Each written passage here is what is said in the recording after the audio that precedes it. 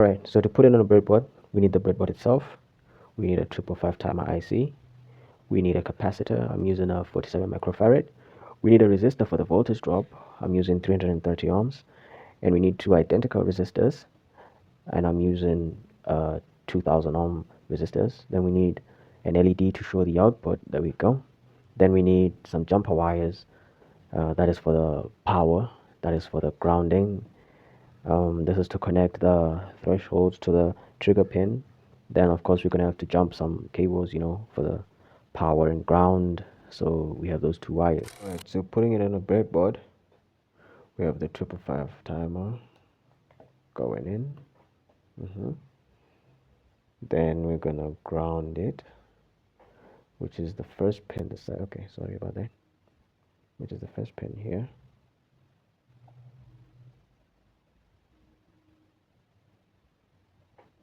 Yeah, just wanted to fight with me for a little bit. Then we have the VCC over here.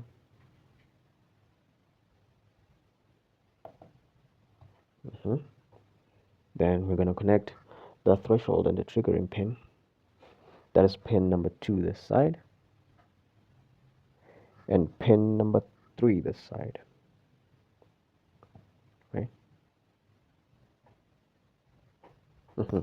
Now after connecting those, we can connect our output resistor for the voltage drop, of course, on pin number 3 here. See that? Pin number 3. As in it goes from here straight to pin number 3. Then we have an LED. Now notice with the LED, we have a longer foot and a shorter foot, which means that this one is the positive one and this one goes to ground.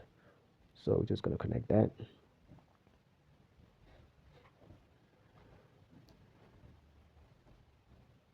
There we go. Then we have to connect the resistors. Now, this is a bit complicated.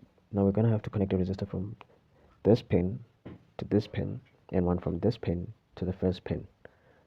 Now that means that we have to connect it so.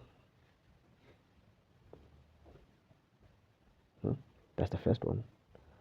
And then the second one from there to right under the VCC line. Okay, there we go.